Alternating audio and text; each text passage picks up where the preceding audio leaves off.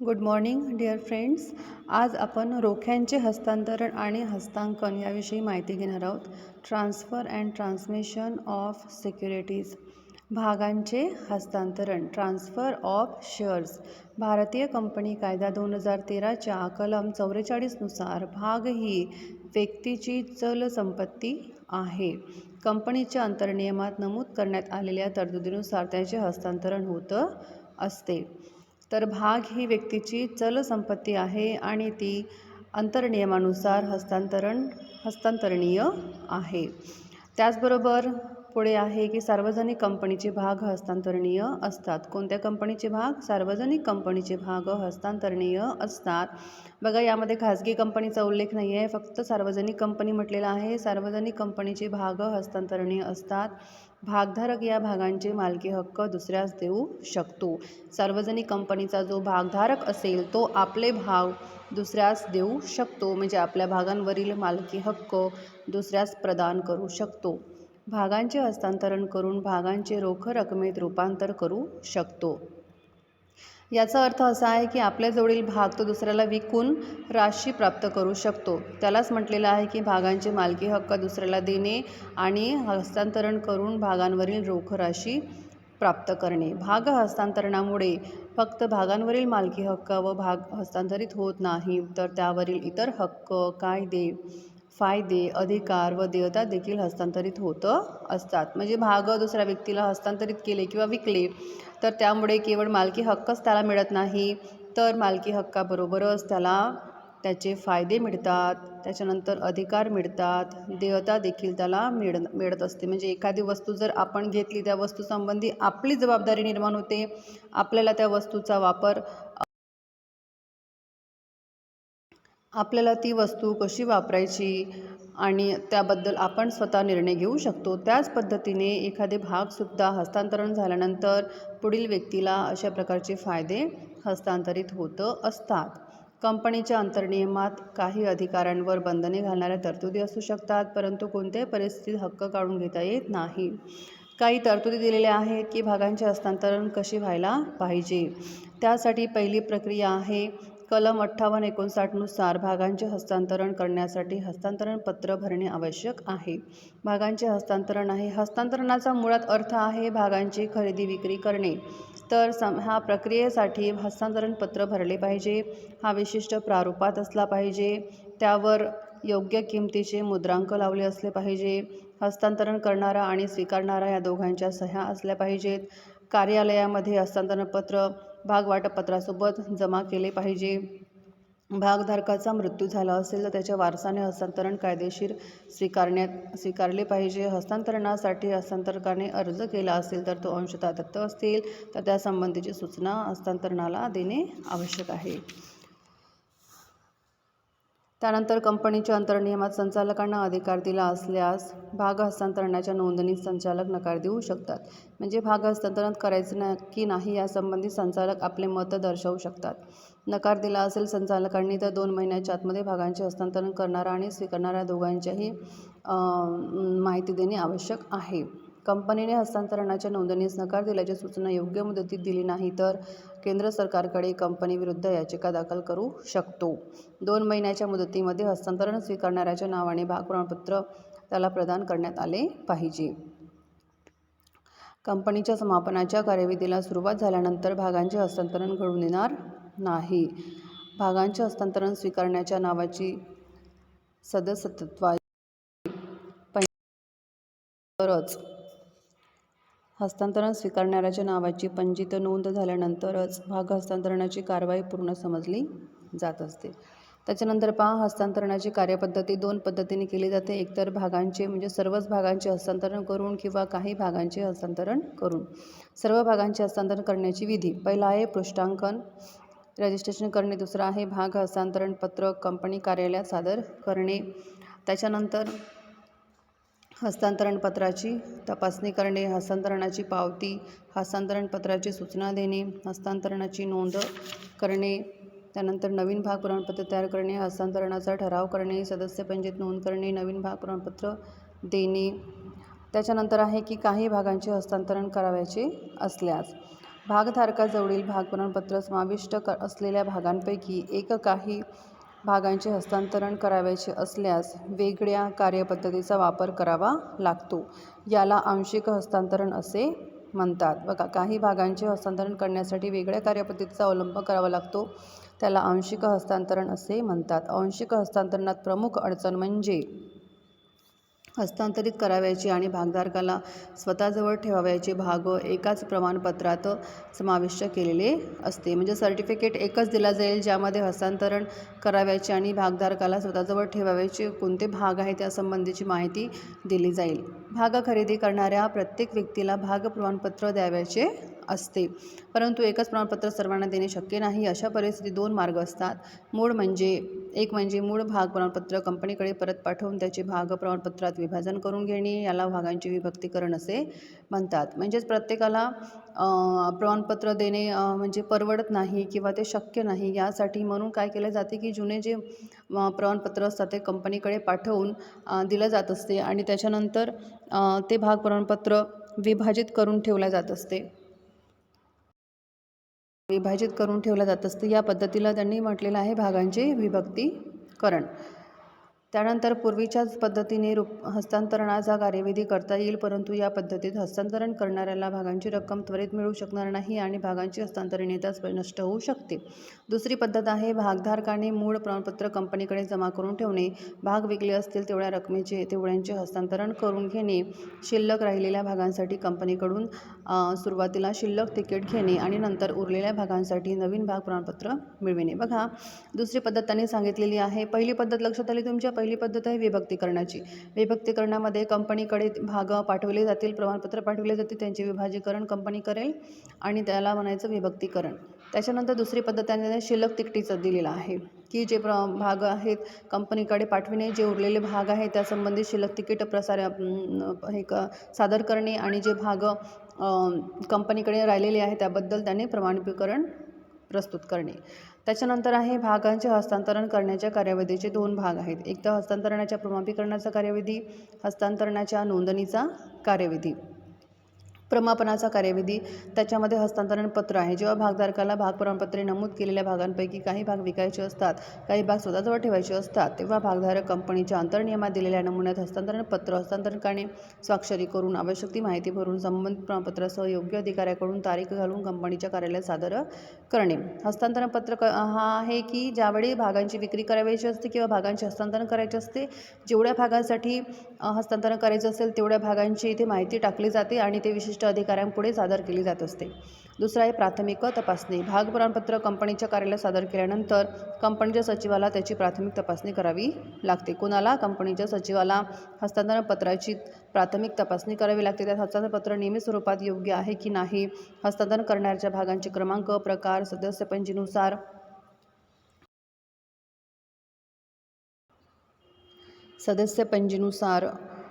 त्यांच्याकडे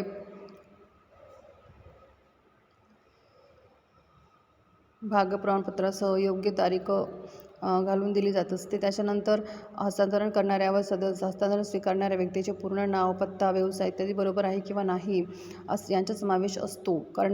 हस्तांतरण करणाऱ्याची सही नमुना सहीशी मिळते किंवा नाही हेही त्याला तपासले जाते. म्हणजे या सर्व गोष्टी त्या हस्तांतरण पत्रावर लिहिलेल्या आहेत किंवा नाही, जे काही माहिती मागवलेली आहे ती परिपूर्ण आहे किंवा नाही याची चौकशी सचिव करतो. त्याच्यानंतर त्याचं प्रमाणीकरण केले जाते. हस्तांतरण पत्र कंपनीच्या कार्यालयात सादर केल्यावर त्या सचिवाने त्याची तपासणी केल्यावर सचिव त्याला प्रमाणीकरणाचा शिक्का लावून आपली सही करतो. त्यात प्रमाणपत्राचा क्रमांक, त्यातील भागांची संख्या, प्रमाणीकृत करणाऱ्या अधिकाऱ्याची स्वाक्षरी व दिनांक नमूद केलेला असतो. हस्तांतरण पत्रावर सचिव भाग प्रमाणपत्र दाखल केले असे लिहून त्यावर आपली सही करतो. सचिवाच्या सहीनंतर प्रमाणीकरण झाले असे मानले जात असते. जो काही प्रमाणपत्र सचिवाकडे भाग प्रमाणपत्र जे काही हस्तांतरण प्रपत्र भरलेलं आहे हस्तांतरणकर्त्याने ते सचिवाकडे जमा केले जाते आणि तो सचिव त्याच्यातली माहिती छाननी करतो आणि ती परिपूर्ण आणि योग्य असेल तर त्यावर सही लिहितो आणि त्यानंतर एक प्रमाणीकरण करून त्याच्यावर संबंधित माहिती भरली जाते. म्हणजे त्या व्यक्तीचं नाव, त्याने घेतलेली भागांची संख्या, त्याची स्वाक्षरी, दिनांक, ह्या सगळी माहिती सचिव त्याच्यामध्ये भरतो आणि सही करतो आणि त्याच्यानंतर त्याचे प्रमाणीकरण झाले असे समजले जात असते. जुने भाग प्रमाणपत्र रद्द करणे म्हणजे जे जुने भाग प्रमाणपत्र आहे ते रद्द करायचे असेल तर हस्तांतरण पत्राचे प्रमाणीकरण झाल्यानंतर सचिव त्याच्याजवळ दाखल करण्यात आलेल्या जुन्या भाग प्रमाणपत्रावर रद्द असा रबरी शिक्का लावून जुने भाग प्रमाणपत्र रद्द करतो. लक्षात आलं? जुने भाग प्रमाणपत्रावर एक स्टॅम्प लावला जातो, रबरी स्टॅम्प, त्याच्यावर लिहिलं जाते रद्द असं लिहिलं जाते आणि त्याच्यामुळे तो रद्द म्हणून समजला जातो.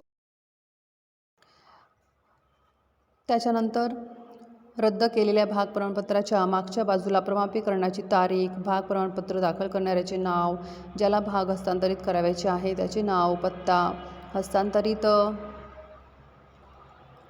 करावयाच्या भागांची संख्या व त्यांची क्रमसंख्या, हस्तांतरित न करावयाच्या भागांची संख्या, क्रमसंख्या, हस्तांतरणासाठी मिळाला मोबदला इत्यादी बाबी नमूद करण्यात येतील. हीच माहिती प्रमाणित झालेल्या हस्तांतरणाच्या पुस्तकात देखील नोंदवून ठेवण्यात येते.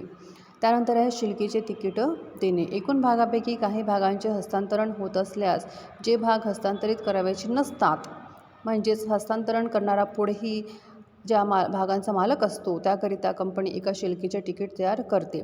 म्हणजे जे भाग विकले जात नाही, जे भाग शिल्लक असतात त्यांना शिलकीचे तिकीट कंपनीद्वारे दिली जात असते.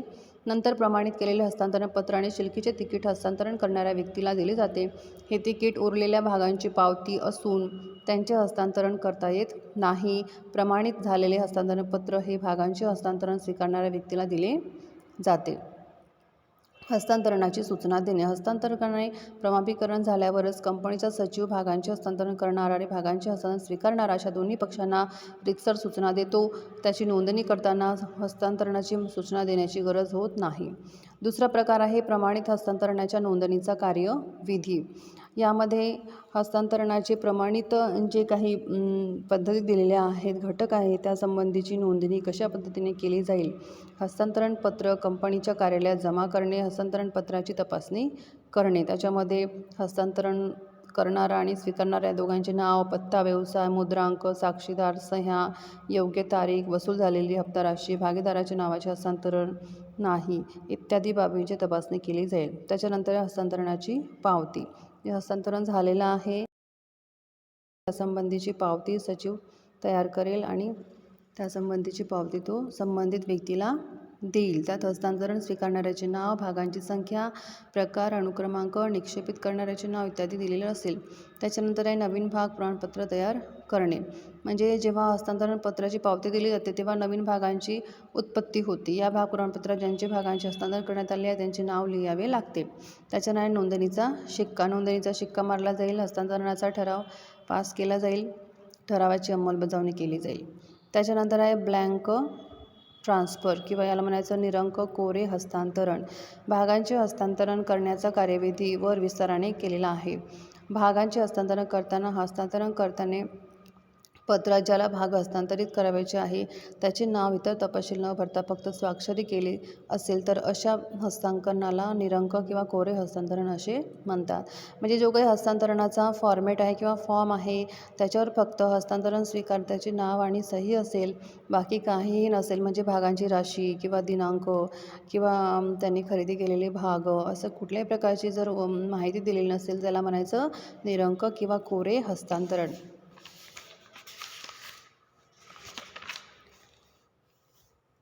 निरंक किंवा कोरे हस्तांतरण म्हणजे असे हस्तांतरण होय की ज्यावर भागधारकाची स्वाक्षरी असते आणि हस्तांतरणीचे नाव व स्वाक्षरी सोडल्यास इतर दृष्टीने ते परिपूर्ण असते. अशा पद्धतीचा जो फॉर्म असेल त्याला म्हणायचं कोरे हस्तांतरण किंवा निरंक हस्तांतरण. त्याच्यानंतर आहे कोऱ्या हस्तांतरणाचे फायदे. कोरे हस्तांतरण केल्यामुळे हस्तांतरणाच्या नोंदणीची लांबलचक कारवाई टाळली जाते. त्यामुळे वेळेची बचत होते. कोऱ्या हस्तांतरणामुळे भागांची हस्तांतरण क्षमता वाढते. भाग प्रमाणपत्रात भागांच्या खरेदी विक्रीचे व्यवहार मोठ्या प्रमाणात घडून येण्यास मदत होते. कोऱ्या हस्तांतरणामुळे मुद्रांक शुल्काची बचत होते. बँकेतून कर्ज काढावयाचे असल्यास